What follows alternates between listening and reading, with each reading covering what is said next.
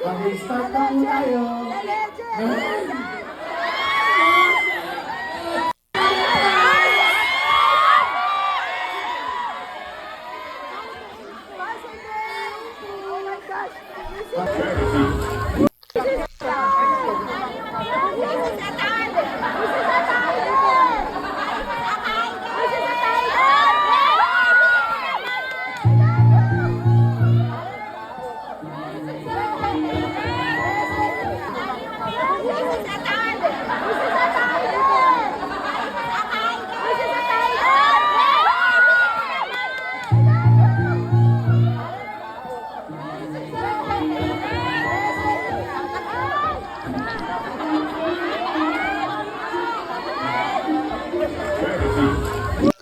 Welcome back mga kaaldab.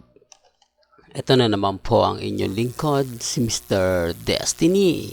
At magbibigay po tayo ng pinakamainit na update po ngayon sa social media.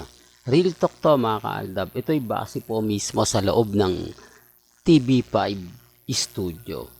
Marami daw pong nakakapansin mga kaaldab. At ito'y base po mismo sa taong nasa loob po at nanonood. Hindi daw po pinapansin ni Maine Polkerson kapag tinatawag siyang Mrs. at Aide. Kumbaga halatang halata po na hindi siya sumasagot agad-agad. Hindi siya nagre-react agad-agad.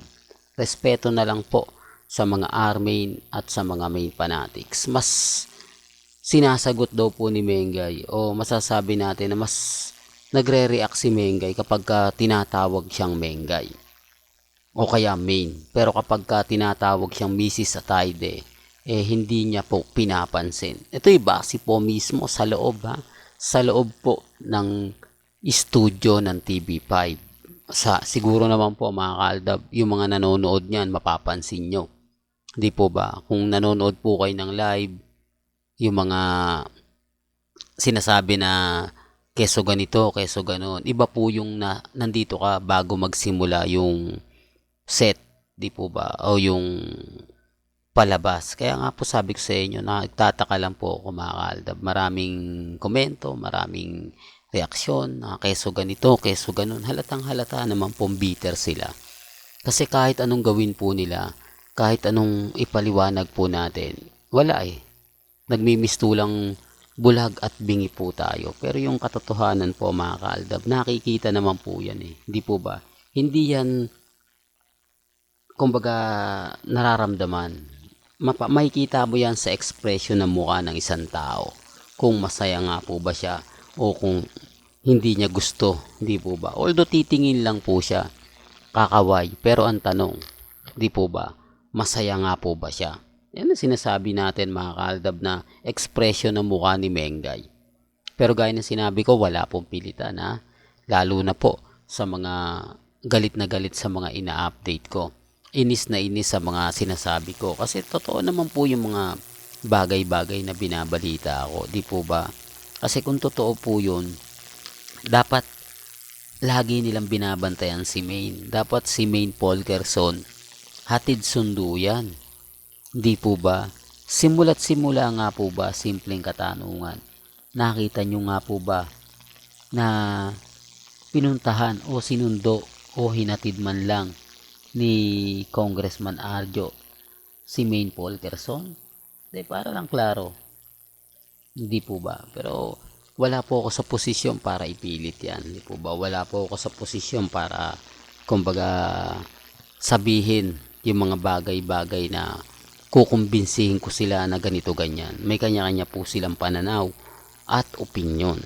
Pero bago po tayo magsimula at bago natin pag-usapan itong napakagandang update natin, kung bago ka lang sa channel na to at isa kang true-blooded Aldab Nation na nagmamahal po kila Mengay at Isoy, tama po ang channel na pinuntahan mo. Kaya consider na po kitang bagong subscriber at huwag mong kalimutang i-share ang mga video po natin sa mga mami, sa mga titas at sa mga senyor.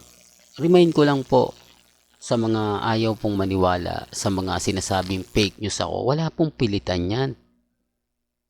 Di po ba?